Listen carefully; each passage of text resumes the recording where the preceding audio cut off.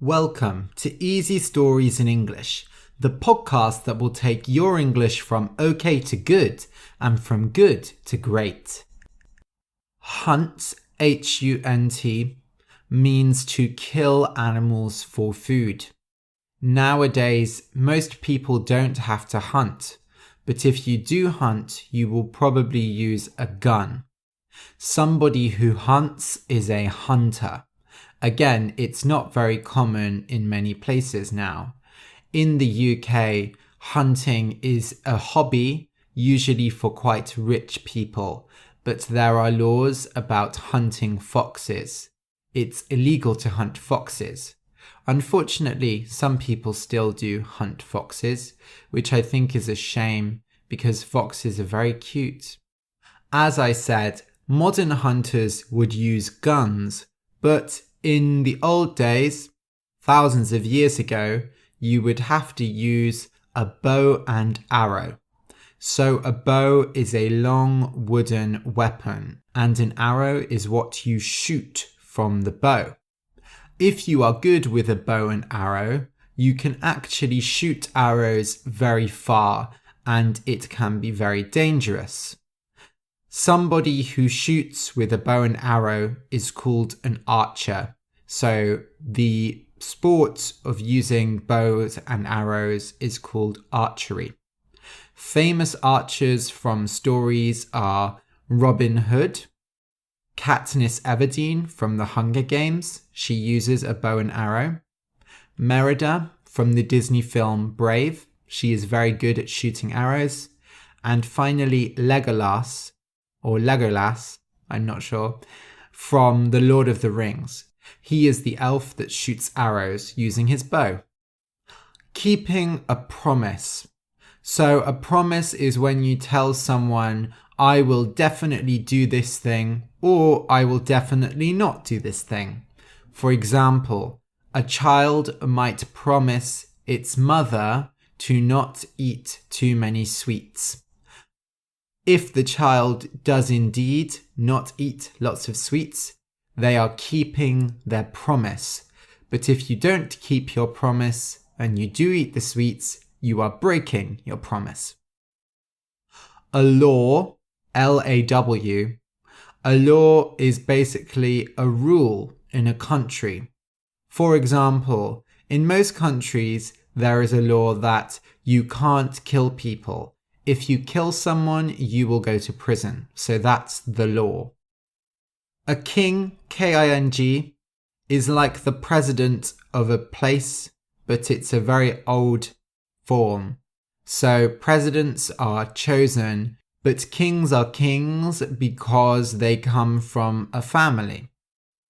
For example, in Saudi Arabia, it is the Saudi family who rules the country. So they have a king. The son of a king is called a prince, P-R-I-N-C-E. Dirt, D-I-R-T. Dirt is a brown thing you find on the ground. You don't find it on the road usually because the road is hard, but if you go to a park or a forest, there will be dirt on the ground. So it's what's under the grass.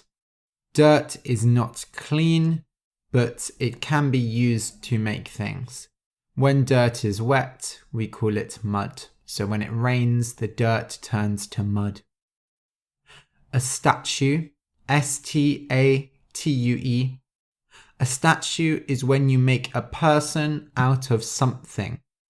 So it's usually stone. In big cities, there are often statues of famous people in the middle of the city, often presidents or people who fought in the war. You might also make a statue as art, perhaps a statue of a person. So listen and enjoy. The teacher and the student. Eclavia stayed low in the grass.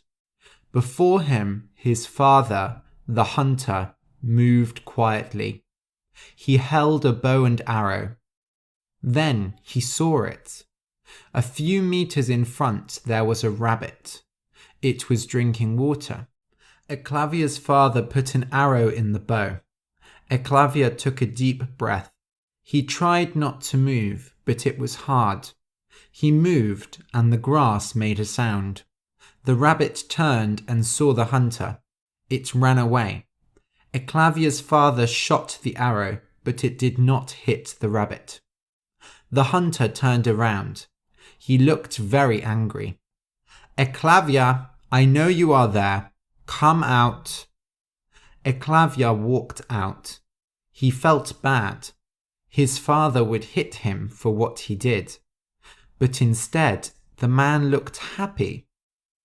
"You want to be a hunter, don't you?" "Yes, I do." "That is a shame. It is a difficult way to make money."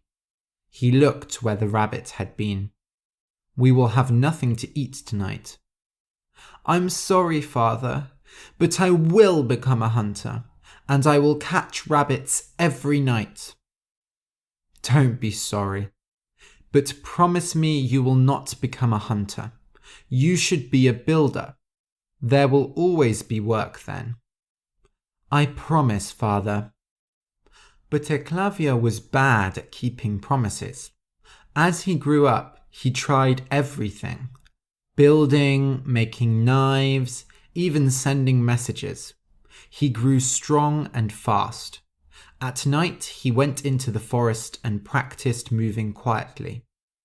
Eclavia understood that he did not want to be a hunter. Really, he wanted to be an archer. He loved the sound of shooting arrows. He watched his father do it all the time. He could never use the bow himself, of course.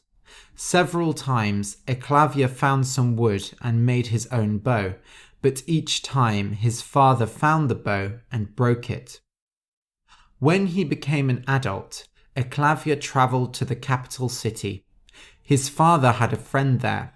The friend said Eclavia could work as a builder for him, but Eclavia did not go there and instead went to the castle. "I must see Dronacharya." Dronacharya was the archery teacher for the king and his family. He was the most famous archer in the whole country.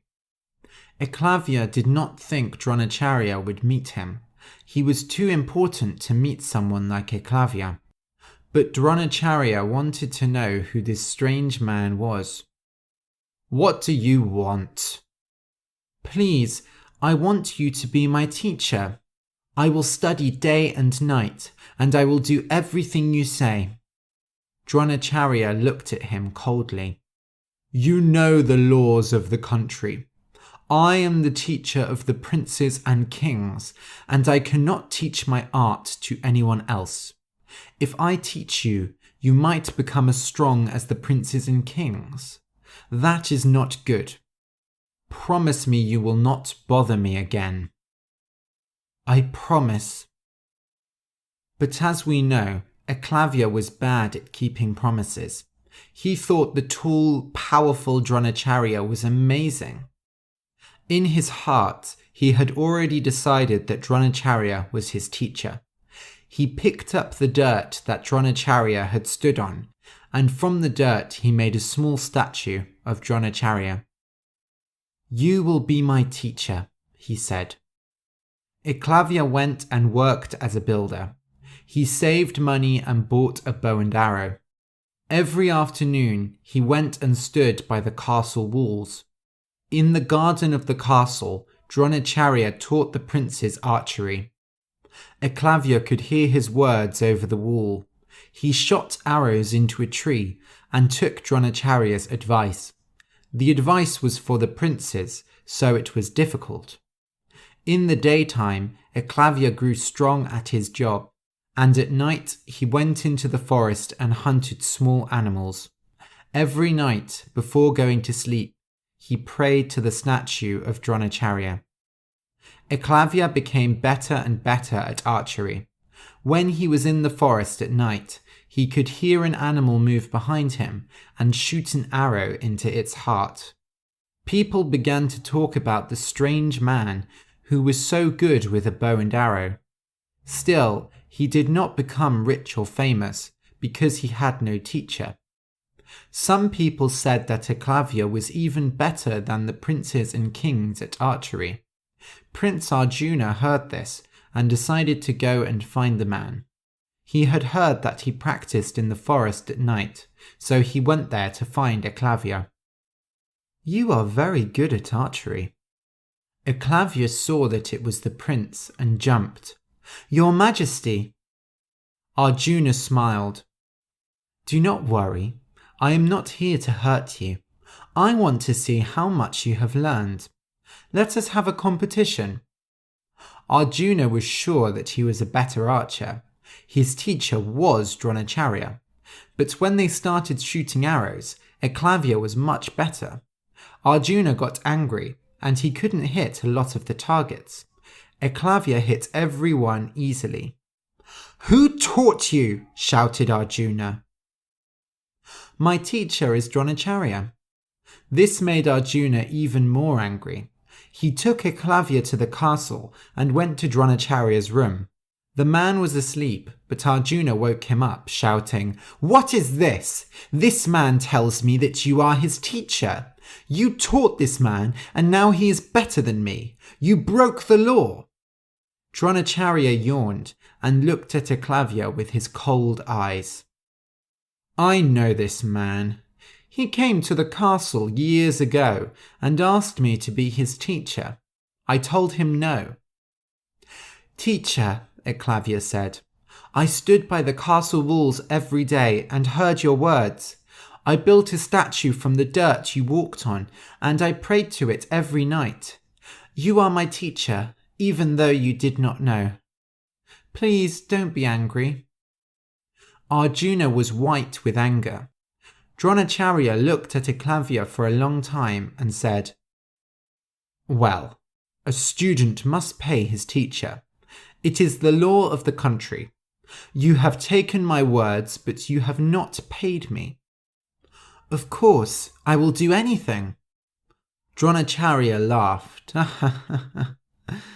"Then cut off your finger on your right hand."